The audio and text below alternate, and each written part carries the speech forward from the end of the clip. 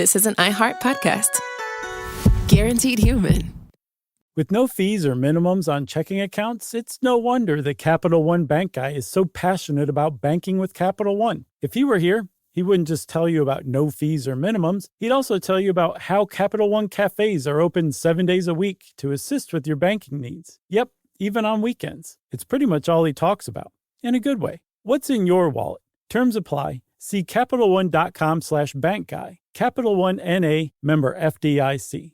You might know Michelin for its tires or maybe even its stars, but there's so much more to the story. Michelin isn't just a tire company, it's an innovation company. From connected mobility solutions to high-tech materials, innovation fuels everything Michelin does. In 2025, Michelin was recognized as the most innovative company in automotive by Fast Company. It's all part of a big picture vision Michelin calls Michelin in Motion, putting a vision of innovation at the heart of everything it does. Learn more at www.michelinman.com/y-michelin/innovation.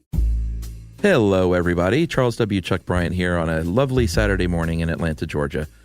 We're going back in time to February 18th, 2014 to talk about salt. Our episode, How Salt Works, is one of my all-time favorites. I love salt because I'm from the South. Probably like it a little too much, if you ask my doctor, but that salty goodness on food just makes it all pop for me. But it has a really cool, interesting backstory, how you get salt, how you harvest salt, and how salt works on food. Learn all about it right now. Welcome to Stuff You Should Know, a production of iHeartRadio's How Stuff Works.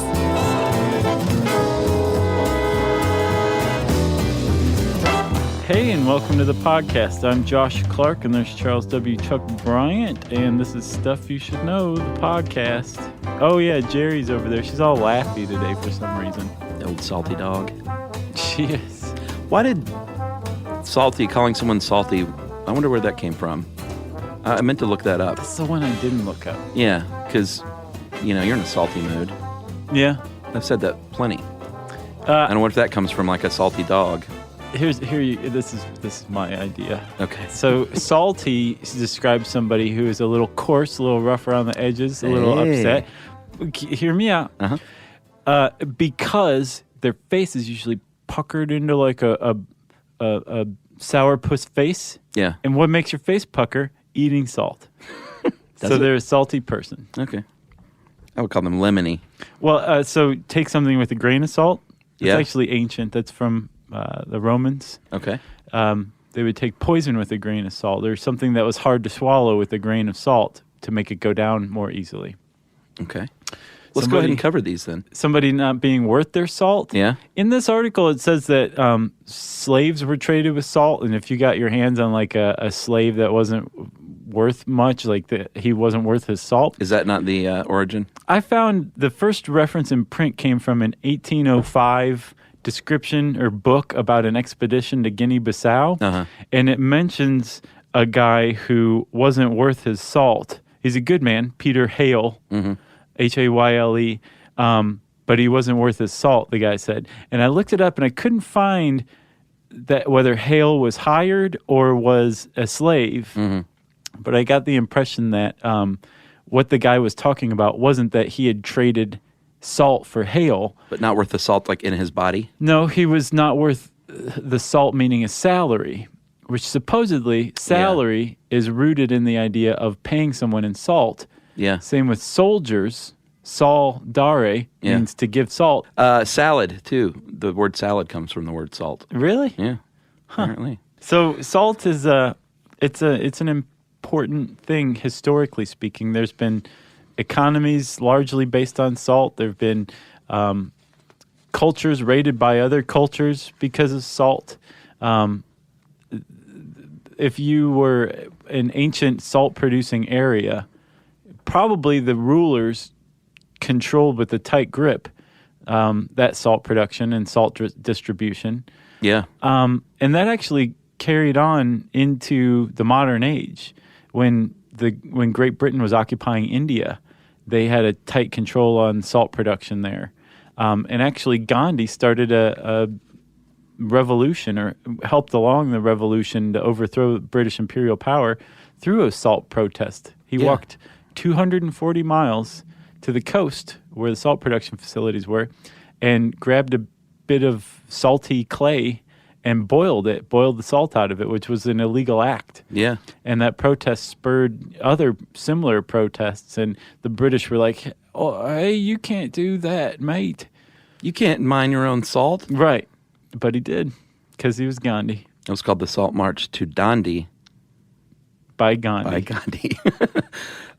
Yeah, salt dates back to 6050 BC, and they actually have found evidence of salt trading in prehistoric times. So obviously it's used to spice food is great, but it's used to preserve food was super valuable. Yeah.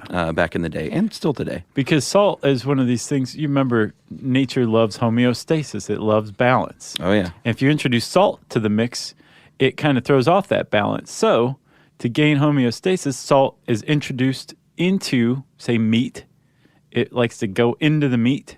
Yes. But it also draws out the moisture, whether it's blood, water, whatever. Yeah. So it dries out the meat.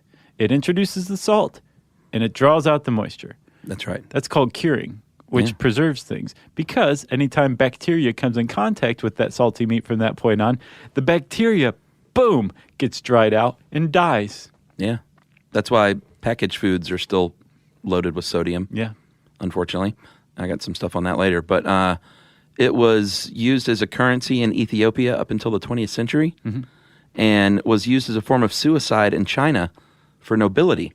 They would OD on salt and kill themselves Oh, yeah. because it was expensive and wow. very valuable. So nobility, that was like a noble way to go out. We'll talk in a minute, like what happens when you have too much salt. It's not very pleasant. It's not very pleasant. But in medieval Europe, remember we did the 10 medieval torture devices episode? Well, we skipped one called the goat's tongue, and it was apparently a real thing. we? A tickle torture. They would dip your feet Tickle in salt prison? water, bring in a goat, and the goat would lick the bottom of your feet, and then they would dip it again. And from Was that in the article? description, no. Oh, okay. I'm saying like it wasn't in there. We Gotcha. missed it. From the description, apparently, being tickle tortured was not pleasant. I would love to have my feet licked by a goat. They would do it until you did not love it. That was the point of the goat's tongue torture. That sounds like fun to me. Yeah.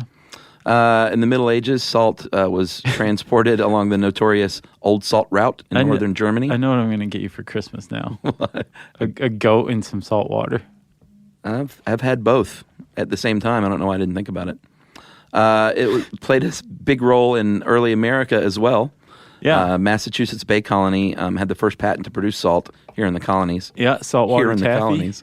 And they did so for 200 years. The Erie Canal opened primarily to transport salt. Yeah, they called it the ditch that salt built. Really? Huh? That sounds like something you just made up. No, I swear. I've been on the Erie Canal. Oh, yeah?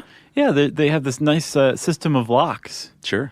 And there's still like donkey trails from where the donkeys used to pull these little flat bottom boats that would carry salt and whatnot.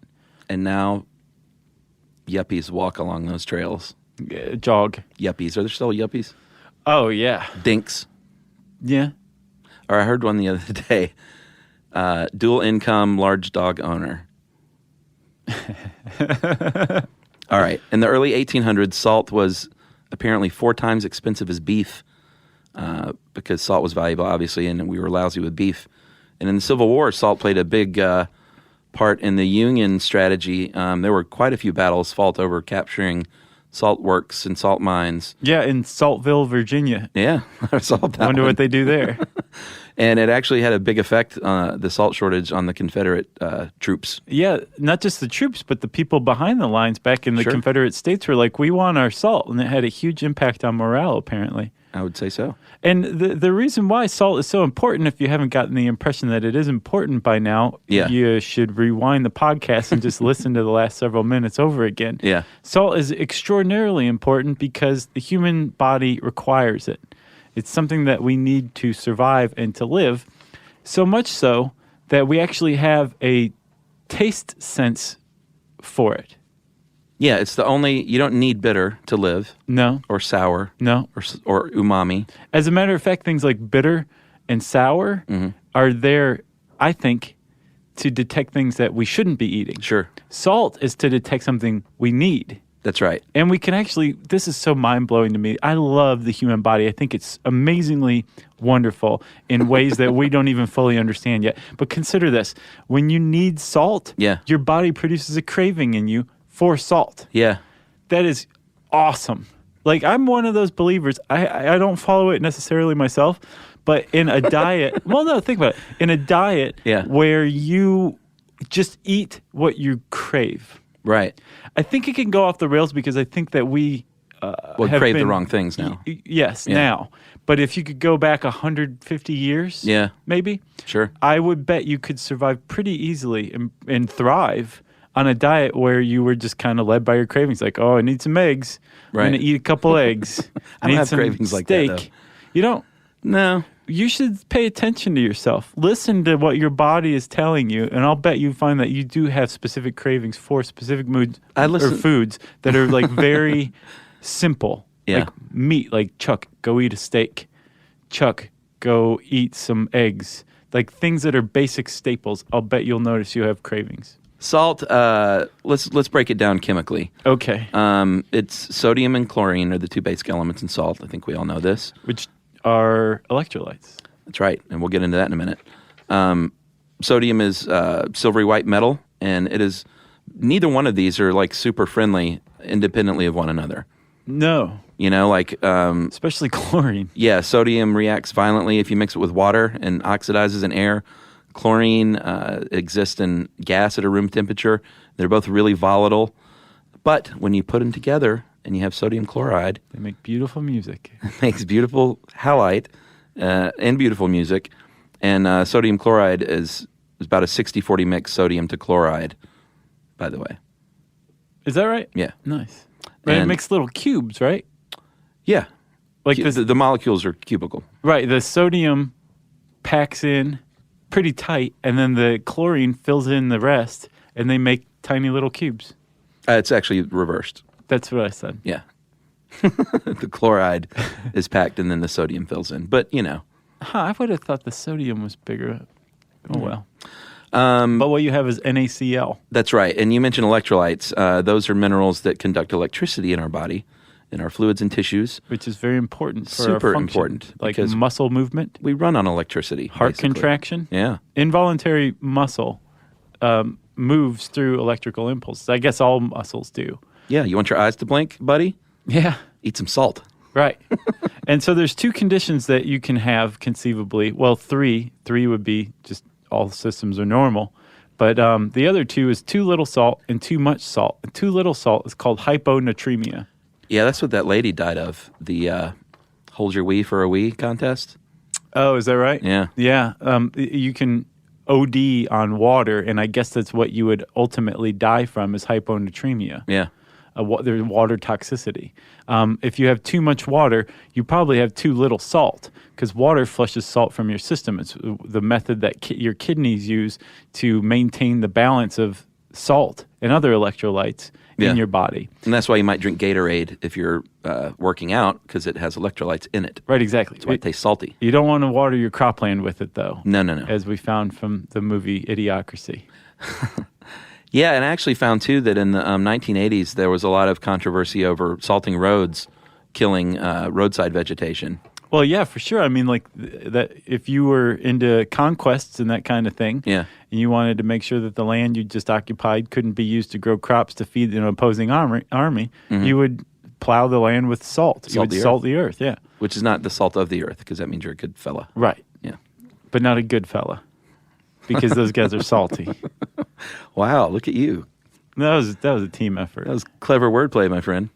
If you take diuretics, or you have like massive diarrhea for a period of days, or vomiting, or some sort of stomach bug, you might be at risk for hyponatremia. Yeah, it's because not good. You're flushing out all of your electrolytes. Yeah, this is salt that your body needs. So if it's out of balance, you're going to suffer things like, an inability for your heart to beat, which is often fatal. Yeah, kidney problems. Yeah. On the other hand, you can have hypernatremia, which is too much salt. And like you said, if you're a Chinese aristocrat, you may die from hypernatremia. Yeah, they even had man, sometimes I blank out on a word. How-to manual? Well, it's sort of like how many grams of salt you needed per pound in your body. They had like a chart, I guess. Yeah. If you want to kill yourself in ancient China, here's how you do it. Yeah. Here's how much salt you need. Man, I'll bet that was rough. Did you like that? Yeah. I'm off today. No, you're not. I'm a little off. You were on. My microphone just swerved to the left. That was never weird. happened. There's a ghost in here. Yeah. So too much sodium, I think you said already, is hypernatremia instead of hypo. Yeah, hypo. Exactly. It's like glycemia, but with natremia. Exactly. And with hypernatremia, basically, remember how salt, if you introduce it to, say, a jerky of some sort, it will dry it out. Or a slug. Yes, which is a shameful thing to do. Don't do that. If you introduce it to a meat or something like that, it's going to dry it out. Yeah. Because it through osmosis in search of homeostasis. It does the same thing to your blood and your extracellular fluids. That salt will draw out the fluids in your cells, but will maintain it in your blood. Yeah, it's water retention, basically. Yeah, your kidneys, when it has too much salt to deal with, kicks it around the blood supply. Just like, remember in the Hangover episode? Yeah. When why drugs are so fatal when you drink a lot of alcohol, because your kidneys are trying to process your the alcohol, so it keeps the drugs just going around and around in your blood supply. Right. Same thing with too much salt.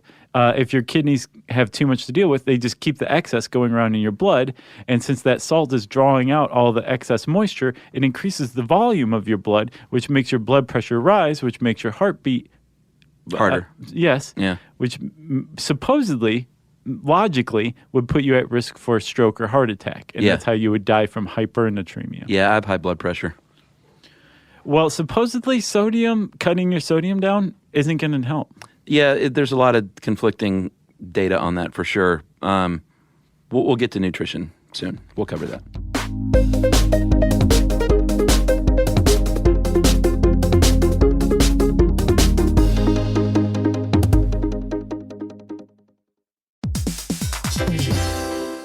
Hey everybody, here's a fact for you. In the United States, there is a break-in every 26 seconds, and that means that somewhere right now, an intruder is getting closer. And the problem with most security systems is that they only alert you after the break-in has started, and that's too late. Well, that's what makes SimpliSafe different. They use alerts. SimpliSafe's U.S.-based live agents, they identify threats on your property and help deter them before they actually break in. So the intruder never gets into your house. The crime is stopped before it even starts. That's right. And another great thing about SimpliSafe is they have no long-term contracts. They give you peace of mind and great value with their monitoring deterrence plans because they just start at about $1 a day. Yeah, SimpliSafe sent us a setup years back, and I still use mine every day. Yeah, and apparently setup, you can do it by yourself in under 30 minutes, so it's a really good value and it doesn't take long. So if you want to experience the SimpliSafe peace of mind, you can take advantage of the SimpliSafe discount offered to Stuff You Should Know listeners. Right now, you can get 50% off your new system by visiting simplisafe.com/stuff. That's half off at simplisafe.com/stuff. There's no safe like SimpliSafe.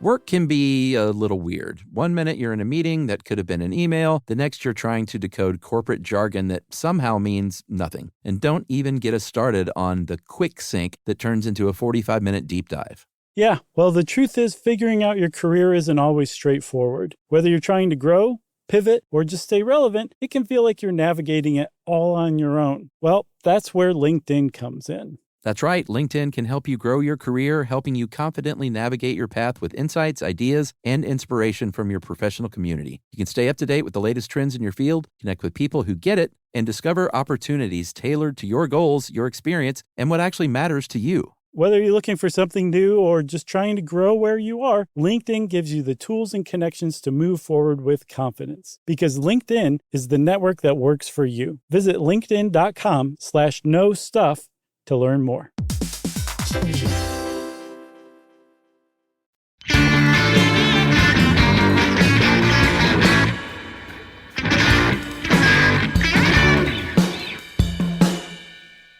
So, Chuck, there, like you said, there's a lot of controversy over how much salt or how little salt you should have on a daily basis in your diet.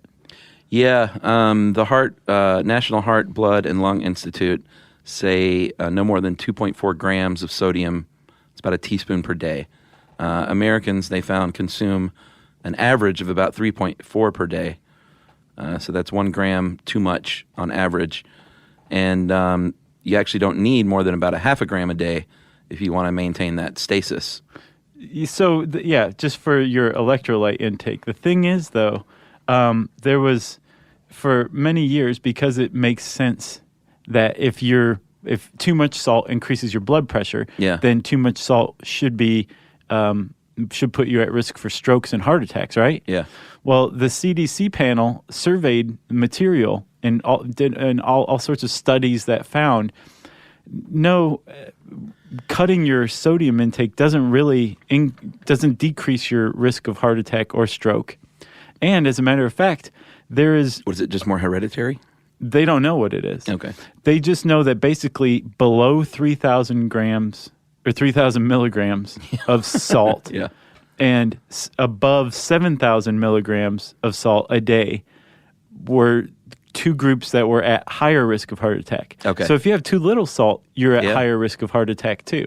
Okay, so try to keep it between 3,000 and 4,000 milligrams. 3,000 and 7,000. 7,000 milligrams. The thing is they weren't comfortable making any recommendation. They were just saying, scared. This is what we found. Everyone's scared to, go on the record. Yeah, because we just don't know. It doesn't make any sense that you would have a heart attack if you ate less than 3 grams of salt a day. Yeah. That flies in the face of conventional wisdom, and nobody's figured out why yet. Interesting. Yeah. Well, it's something you should monitor at the very least, because I think a lot of people look at fat grams and calories, and all that stuff is great to look at nutritionally. But when you start poking around on the soup can and you see, wow, this chicken noodle soup has 890 milligrams of sodium. But it's so good. In this one little can. Which is almost a gram of sodium. Yeah, close to it. A quarter pounder with bacon and cheese. You didn't do Big Macs? No, I should have done Big Mac. You communist. I think Big Macs, actually, I did see. This is 1,440 milligrams. A Big Mac, I think, was around 1,100. Wow. Quarter pounders more? With the bacon, I think. Oh. Adds. They have a whole bacon, onion, ranch or something topping that you can put on quarter pounders now. I've not yet tried this, but I think about it from time to time. Like right now? Yeah, right now especially. So at any rate, just give it a look. Soups are notoriously high in sodium. Packaged foods are notoriously high in sodium. Don't just think about the table salt that you use. I didn't salt my food that much today. If you eat a lot of packaged food, you're eating a lot of sodium. Yeah, and nobody can tell you how much you should be eating or shouldn't be eating. But like you said, it's good to just pay attention to that kind of thing, because you probably are eating a lot more than you realize. Yeah, and you shouldn't be eating a lot of packaged food anyway. I'll just go ahead and say that. So, Chuck. Yes. What kinds of salt are there? Well, first of all, I should say I love salt. I do too. Salt and pepper are my favorite two spices. I'm from the South. I have a taste for salt. And pork fat. Yeah. That's pretty Southern too. Yeah, for sure. So I love salt. I like good Mediterranean sea salt. That's what I use at my house. And I'm going to plug this local saltier. I just made that word up. Oh. Later in the show. Well, okay. But I'm a big salt fan. I like salt too. Okay. I like sweet. I like umami. I like sour. I'm training myself to like bitter through the use of Campari. Yeah. I found out that I'm a bitter super taster. Yeah. So things that seem like normal to other people are really bitter to me. Do you have one example? Grapefruit Campari. That's bitter. Yeah, but it's like disgustingly bitter to me. I can't understand how the rest of humanity eats grapefruit. I don't like grapefruit. Well, maybe you're a bitter super taster too. You and me, buddy. But I have to tell you this. I've trained myself to like grapefruit and Campari just by exposure. I've come to appreciate them more. What's Campari? It's a bar... it's like a bitter digestif or aperitif. Okay. You do a Campari and soda. It's in a Negroni. Right. Oh, I think I've seen people if their stomach's upset, or is that bitters and soda? Well, Campari is a type of bitters. Okay. It's not that super compact bitters like Angostura. Yeah. But it is a type of bitter. I think it's a digestif. Okay. It's good stuff. Anyway, I like salt. What I'm really saying there is I like well-seasoned food. And if you're a chef or a home chef, you know that salt is important to cooking. Super important. And baking, obviously. But bland food, can't do it. No. What's the point? What is the point? Agreed. Types of salt. Let's start with table salt. And look, man, if your doctor put you on like a bland food diet, Yeah. I feel for you. But there's stuff out there you can eat. There's Spike. There's Mrs. Dash. You should be seasoning your food to some extent. Sure.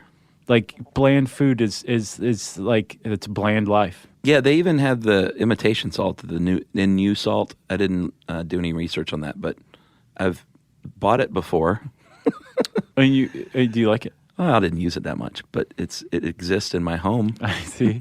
next to the empty thing of Mediterranean sea salt. I got you. Yeah. All right, so table salt's the first one we should cover. That's the traditional either iodized or non-iodized fine-grained salt that you see in many, many homes and restaurants. And it's iodized. I did a little research into this. Did you look up iodized salt? Yeah, well, I mean, I know that they added it because at one point it was sort of like fluoride. They thought, we need this, and a good place to put it is in salt. Well, yeah, because most people use salt, and we'll just put it into table salt because it's an easy additive. But there was a real problem with hyperthyroidism. Yeah. Things like goiters, mental retardation, just poor fetal development linked to iodine deficiency, right? Yeah. So they put it in salt, and apparently it's considered to be responsible for this thing called the Flynn effect, which there was like a 3 IQ point rise in the middle of the 20th century in Western nations. And nobody could figure out what it is. And they think now that it was because they added iodine to salt. Really? And so it had the aggregate effect of raising our IQ by preventing poor fetal development. Huh. Yeah. Well, it's still a problem in other parts of the world, just not here in North America. Right. Other parts of the world that don't have iodized salt. You know how dumb they are. Oh, man. That was terrible. I'm just kidding. You need to apologize to the rest of the world for that. I'm sorry, everybody. So like I said, table salt is the most common salt. They remove all the impurities. They have things in there to make it not clump and stick together, and so it pours freely. So even when it rains, it pours? Well, should we get to that? Yeah, don't you have something on that? Yeah, I just, for some reason, thought of the Morton Salt girl, and like every great advertising story, they were like, it was sort of a new thing at the time in 1911 to package salt this way in a container with a spout. How'd they package it before? I don't know. Big blocks, probably. Is that right? No, Like I a don't know. deer lick or something? I'm not sure, actually. But I know that this was a fairly revolutionary product to package it like this and process it like this. So the agency was N.W. Ayer and Company. And Don Draper walks in and says, I've got 12 proposals for you.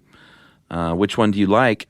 And Sterling Morton of the Morton Company, of course, it's always someone else, like his son or his wife or something. It was his son and secretary pointed toward one of the ads with a little girl holding the umbrella and said, this is the one. And he said, you know what? I think you guys are right. The whole story is right there in the picture because the whole point was this salt doesn't clump. When it rains, it pours. Right. And little girls can't be trusted to be sent to the store by themselves because they ruin all the salt by keeping the nozzle open on the way home. Some of the different slogans they had was flows freely, runs freely, pours. It never rains, but it pours. And then they finally settled on when it rains, it pours. Yeah, that's the best one. Because it never rains, but it pours doesn't make any sense. They probably fired that person. And she's been updated 1, 2, 3, 4, 5 times. Oh, really? Yeah, the last time in 1968, and she's been the same since then. Yeah. And there was never a real model for that girl. That's a question they often get. She's totally made up. Yeah, because you was like, it's Morton's granddaughter is what, you want to think. Selma. It's Selma Morton. So that is the story of the Morton. Erskine. That's an old-timey name if ever there was one, huh? Erskine? Yeah. That's a college, right? No, it's like a person's name, I think. Well, it's a college, too. Oh, okay. I had a friend that played soccer there. Erskine. Mm-hmm. Huh. Erskine. There's a college named Colgate, too. It's like crazy to me. Sea salt, sir, is next. It's going to cost you some more money because of several reasons, one of which, if they go old school, and in some parts of France, they still harvest this stuff by hand, which is pretty cool. You might see it called fleur de sel, which is French for flower of salt. And it's not processed like table salt is. So you're going to have a lot of those trace minerals. It's going to be coarse and flaky. And it colors it, too. It can, for sure. Like you can have white sea salt, pink, black, gray, or a combination of them. Pink salts are traditionally associated with Himalayan salt. Yeah. And the pink is often the result of things like copper or iron. Yeah. Or apparently there's a type that contains an algae, a salt-tolerant algae, which would make it an extremophile. That gives it has the beta-carotene pigment in it, and that gives it a pinkish hue, that salt. Interesting. A pinkish hue? You're eating algae, pink algae in your salt, which is pretty neat. That is pretty neat. And that's Hawaiian, right? A lot of times? Hawaii has a different one, an alea. Oh, I read that as algae. Yeah, I did too a couple of times, and I was like, why would they separate these two out? There's no G. No, it's a Hawaiian alea salt. It has iron oxide in it from the volcanoes. Oh, that makes sense. And Hawaii also produces black salt, too. From the lava? Yeah, and a little bit of charcoal. I'll have to try some of those, actually. And then there's gray salts, too, which is, there's sel gris, which is from France. And then smoked salt is also gray, where they just take some salt and smoke it. Yeah. They put it over a smoky fire, and you have smoked salt. Do you like smoky foods? Sometimes. Yeah. Yeah. It can be a little overbearing for me at times. Yeah, in the hands of, I guess somebody who knows what they're doing with the smoked, it's good. Like, I like a good smoked meat all day type of thing, but not necessarily like, when they'll add like artificial smoke in the kitchen to a meal. Right. You know what I'm saying? Yeah. Although smoked cheese is good. Oh, yeah, man. Good smoked cheese. And thanks to fan Hillary Lozar for sending us some great cheese. Yeah. That was very good of you. I had some of that smoked Gouda yesterday, actually, when I got home. I haven't had it yet. Is it good? And as soon as I walked in the door, I got a knife out. Yeah, it's like, I got to try this stuff. Yeah, it's delicious. Yeah. Anyway, thanks, Hillary. SYSK.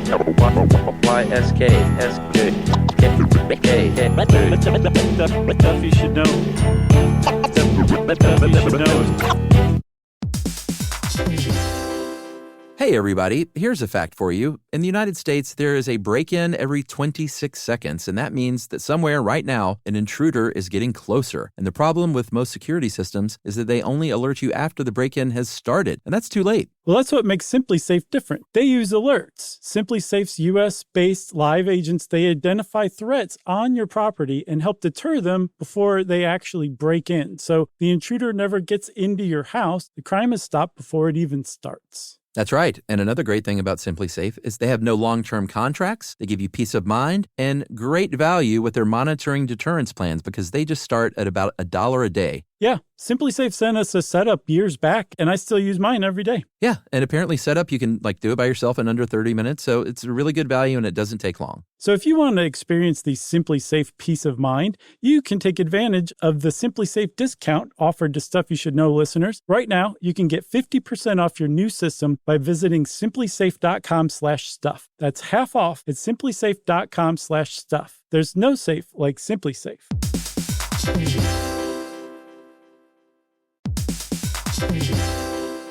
Work can be a little weird. One minute you're in a meeting that could have been an email. The next you're trying to decode corporate jargon that somehow means nothing. And don't even get us started on the quick sync that turns into a 45-minute deep dive.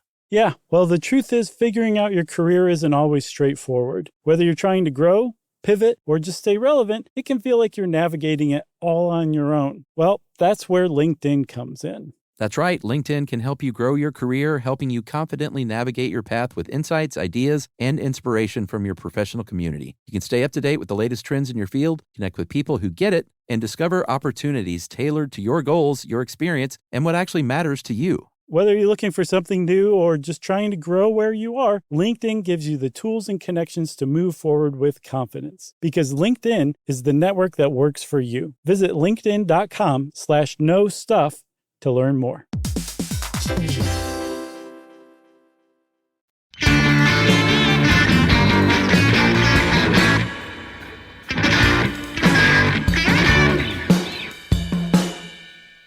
So chefs and gourmands will say sea salt is what you want to be using because you're going to get a unique flavor from those minerals that are not in table salt. Sure. I agree with them. It's tough to bake with, though. Yeah, it's tough to measure. You get a lot more precise measuring for sure from table salt. Right. And they don't recommend you bake with sea salt. No, because baking is a specific chemical reaction. Cooking is different. Yeah, they say that most chefs don't cook with sea salt, but they will just add it as a topper. But I've cooked with sea salt, and I know plenty of chefs that cook with sea salt. Yeah. So I disagree with that. With the topper, they mean like it's a finishing salt. It brings out like all the flavors if you sprinkle it on the top. Yeah, I mean, it's like definitely used for right that. before you serve it. But I've also seen it used in the food. Right. So, that leads us to kosher salt. Yeah. Apparently, some people like to cook with kosher salt. Yeah, and if for you sure. are following a recipe and you're switching out the whatever amount of salt is called for, you want to double it because kosher salt is larger, coarse-grained salt. Yeah. And here, to me, is a fact of the podcast, one of several. Kosher salt is not necessarily kosher itself. It's used to make things kosher. Oh, you didn't know that? I didn't. I thought kosher salt was like salt that had been blessed by a rabbi or something. Right. Really? Yeah. I never understood it, but now I do. It's salt they use to make things kosher. If you use table salt to make something kosher, it's not going to work. Right. Kosher salt, because it's large and coarse-grained, makes meat kosher by drawing the blood out, because eating blood ain't kosher. Yeah. So if you salt it with kosher salt, it's going to draw the blood out of the meat, and bam, you have a kosher cut of steak, baby. Boom. And it's not iodized either. Right. By the way. And then we have the redheaded stepchild of the salt family, rock salt, which is used. It's got a lot of impurities. It's unrefined. It's very large grained. And it's used to melt ice on roads and sidewalks and to make homemade ice cream. Yeah. And probably some other stuff. But do you know of any other uses? I think rock salt's used in some chemical productions. That makes sense. Yeah. If you want to make a good industrial brine, rock salt's your man. Yeah. Yeah. All right, salt mining. That's how you get salt, because it is a natural thing that exists in the earth. The largest producer of salt these days, no surprise, is China. In 2012, they produced about 65 million tons. The U.S. is not too far behind at 44 million. Then you've got Germany, India, and Australia as the other leading top 5 salt producers these days. Yeah. And India gets to profit from its salt production thanks to Gandhi. I guess so, huh? Yeah. Oh, that's pretty neat. I didn't think about that. They're number 4 on the list. Yeah, I think And they weren't even allowed to produce it not so long ago. No, they were allowed to produce it, but all of the money went to, yeah. Okay. Jerks. So there's 3 types of mining, 3 main types. There's deep shaft mining, solar evaporation, and solution mining. And deep shaft mining is basically like any other type of mining, where you just drill a shaft down into a mine. Yeah, which an underground seabed is where the salt is. Right, that's where you get your salt. Yeah, I think that's one of the facts of the podcast. Yeah, Like they're an ancient underground seabed. ancient seabeds that dried up and the salt remained, and they formed these basically salt deposits that can be dozens or hundreds of feet thick. Yeah. And massively wide. And you drill down into these things, you create a couple of shafts, and then they usually use what's called a room and pillar system. Yeah. Which really helps. It's very difficult to explain, but if you see a picture of it, it makes perfect sense. Agreed. But you're basically creating a checkerboard pattern, going down and mining the salt deposit. So Like you leave a blasting deposit. out a room. Right. Yeah. You blast a room, but you leave a couple of adjacent rooms for support. Right. And then eventually you've mined out all of the salt, and then you fill it with industrial waste. Yeah. That is one thing they do. So that's deep shaft mining. Yeah, and they'll remove the salt there and crush it and haul it to the surface and further process it from there, depending on what kind of salt you want in the end. Right, and there's this awesome mine called the Wieliczka salt mine in Krakow, Poland. And it has a full-on cathedral made out of salt. What? Amazing. They have several like chapels, but then a full cathedral. And it's all made out of salt. It's in this old salt mine. Wow. That's now a UNESCO site. And they went to the trouble of boiling salt. It was a table salt mine. They would boil this raw salt and purify it, and then use that purified salt to make crystal chandeliers out of salt. Shut like up. the whole cathedral is just salt. It's amazing looking. Man, Yeah, check it out. no goats allowed. They would wreak havoc. Or no chucks allowed. I just walk around like licking stuff. Right. They would ask you not to do that. Deep shaft mining, by the way, I think is usually rock salt is what they're producing there. Right. And then there's solution mining. Yeah, that's basically they take a well over a salt bed and then inject water in there and make a brine and then pump it up from the underground as a wet solution and into a vacuum pan, which is going to seal it up, and they're going to boil it and then evaporate it, which is, how they made salt back in the old days too. They would, boil it and evaporate it and then scrape the pan. Right. So it's kind of a modern version of that. Right. Then they dry it out and refine it. And then from there, they're going to either add anti-clumping agents or iodine, depending on what you want. And then with solution mining, you've got like a salt bed or a salt dome that's exposed because it's somehow through tectonic action, an ancient seabed or salt bed has been exposed to the above ground. Yeah. Like the surface of the earth. Right. That And then makes sense. what's the last one? Well, the old school solar method, solar evaporation. This is when you have a salt lake or seawater and wind and the sun cooperate with the shallow pools and they leave salt behind, and you can only harvest it about once a year once it reaches a certain level of harvestability, of thickness. And so, like we said, sometimes it's still done by hand even, although it is industrialized in other places for sure. But, they wash it, they clean it, they drain it, but they leave a lot of impurities in there, and this stuff is almost 100% pure sodium chloride. Gotcha. It's good stuff. And like I said, I use the Mediterranean version generally, but Australia is big on it too, on this method. And we should probably mention also that salt has a lot of religious significance. Oh, yeah. It's just it's an ancient, important thing to mankind. Yeah, they would use it to seal important things. Yeah, in the Old Testament, which is pretty old. Sure. Lot's wife, I believe her name was Sarah. Was it Sarah or Ruth who was married to Lot? Turned into a pillar of salt when she looked behind her, even though God said, "Don't turn around." I'll turn you into a pillar of salt. Yeah, and she did. And apparently, there's a salt pillar at Mount Ararat that's called Lot's wife.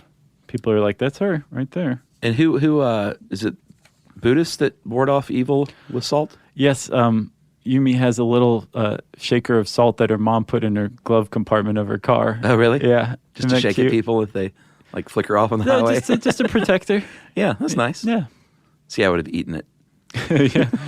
Well, that's why I don't let you ride in Yumi's car. That's right. One of several reasons. Stay out of the glove box. You got anything else? I do. I have, this is a good thing to end. There's a Roman senator named Cassiodorus, and he said, quote, "Mankind can live without gold, but not without salt." And who was that? Casio Keyboardist? Yep. Well, you got Jerry again. Yeah, she's giggly today. And I have a plug because here in Atlanta, there's a lady who makes salts. But if you go to Facebook and type in beautiful briny sea salt, go to her Facebook page and click on the About thing, you will see her lovely homemade handcrafted salts. And my favorite is the Magic Unicorn. See if this sounds good. Mm-hmm. Sea salt is, of course, the main ingredient. Smoked paprika, Yeah. lemon, garlic, rosemary, and celery seed. Well, it does sound good. It's delicious. You get some broccoli and some cauliflower, Uh-huh. some beets and big chunks of garlic. Throw it out the window, then buy a steak and put this magical unicorn on it. Some olive oil, sprinkle it with this stuff, bake it in the oven. Delicious to go with that steak, Nice. you know? Magical And, unicorn. Yeah, Magic Unicorn is my favorite, and the black truffle salt is delicious. Mm-hmm. And then she has one called Campfire, which is smoked salt with cumin and ancho chili powder. Nice. And if you email info@beautifulbrinyseasalt.com, you can order some of this stuff. That is very nice of you. And I told Emily, she's a friend of hers, I said, tell her I'm going to plug her, so she better get her little fingers working. You know? Nice. Start making some salt. Yeah. Because the Stuff You Should Know Army is a salty crowd. So if you want to learn more about salt, I don't know how you possibly could, but if you want to look into it, you can type the word SALT into the search bar at howstuffworks.com, and it will bring up this article, How Salt Works. And since I said search bar, that means it's time for listener mail. I'm going to call this, We Should Apologize to Cops. What do we do now? Well, this cop wrote in, and I'll just read it. Is it the police chases one? Yeah. Yeah. Yeah, they didn't like that one. Hey guys, my name is Glenn. I'm a police officer in Southern California. I've been enjoying the podcast for years. I suspect our political leanings may differ at times, but I always enjoy learning and listening to different points of view. I listened to the December 17th Manhunt podcast. That's not the police chase one. You're right. But I think it involves something like that. I felt it was very accurate, with the exception of some information you provided about the LAPD. We've bashed the LAPD before for their history of corruption. They have a pretty thick history of corruption. But they're not all bad ladies and men. Well, no, of course not. You mentioned that officers were super jumpy during the manhunt for Christopher Dorner, which was a fair assessment. But here is where you got something kind of wrong. You stated that the LAPD fired on 2 uninvolved vehicles. It was the LAPD who shot at one and the Torrance Police Department who shot at the other. I could see how someone not from the area might think they were LAPD, so it's not that big of a deal. Okay. However, the bigger mistake is that you stated that these shootings killed 2 people. Nobody was killed. So I need to go back. I saw in several places that at least 2 people were killed. Really? Yeah, accidentally from those shootings. I'll go back and look again. Okay. But Glenn, Josh takes issue. Sir. Well, he's not the only one who's Officer. written in. I just haven't gotten around to going back and looking and double checking. But I mean, while we were researching, I came across that, and it wasn't like on a forum or message board or something. Like they were in articles. Okay. Well, we'll get to the bottom of it. Glenn says, I'm very surprised you would make such a statement without doing your homework. I did my homework. You typically appear to go to great lengths to fact check.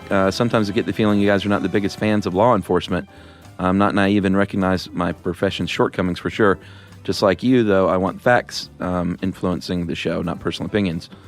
And this email was not intended to justify the actions of those 2 police departments, just to set the record straight. Understood. And despite the goof and the cop bashing, I still love the show. And that's from Glenn. And Glenn, I don't hate cops. I love cops. We've done a lot of super supportive shows on law enforcement, I think. Sure. Chuck's like the law enforcement dude. But I don't like jerks. And I think a lot of times people's experience with cops are when they're pulled over and not being helped by a cop, which is unfortunate. Sure. Because they do so much great work. But, when you get pulled over and you're hassled by a jerk cop, you think, man, what a jerk cop. It's like eating at a bad restaurant. You know what I'm saying? Like, yeah. You go that to doesn't a make good all restaurant, restaurants bad. You tell 1 or 2 people. You have a bad experience at a restaurant. You tell like 20 people. Yeah. It's like 50 full with cops. Yeah. So we have a lot of respect for law enforcement, for sure, for all they do. So I hope that doesn't come across as any differently. Nice, Chuck. Set Very the record insightful, straight. too. Yeah. Thanks, Glenn. Yeah, thank you, Glenn. I'll go back and double check. If I'm wrong, I'll admit it. I just haven't had a chance to look again. We'll give him 20 licks. Off of a block of salt. Yeah, from a goat. And I might die of hypernatremia. Man, that wrapped it all up right there. If you want to get in touch with me and Chuck to correct us, take issue with something we said, whatever, you can tweet to us at SYSK Podcast. You can join us on Facebook.com/StuffYouShouldKnow. You can send us an email to StuffPodcast@HowStuffWorks.com. And as always, hang out with us at our home on the web, StuffYouShouldKnow.com. Stuff You Should Know is a production of iHeartRadio's How Stuff Works. For more podcasts from iHeartRadio, visit the iHeartRadio app, Apple Podcasts, or wherever you listen to your favorite shows.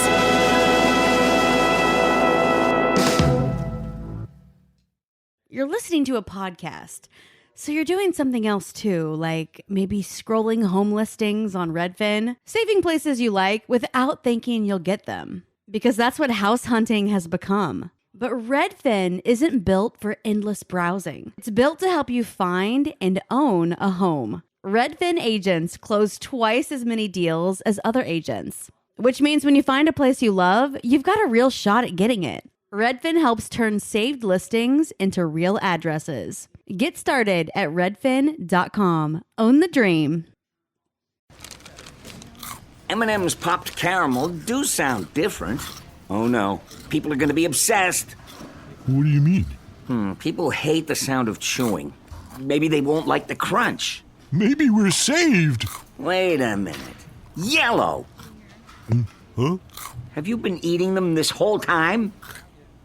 So tasty. Hands off us. M&M's Popped Caramel. It's more fun together. This is an iHeart podcast. Guaranteed human.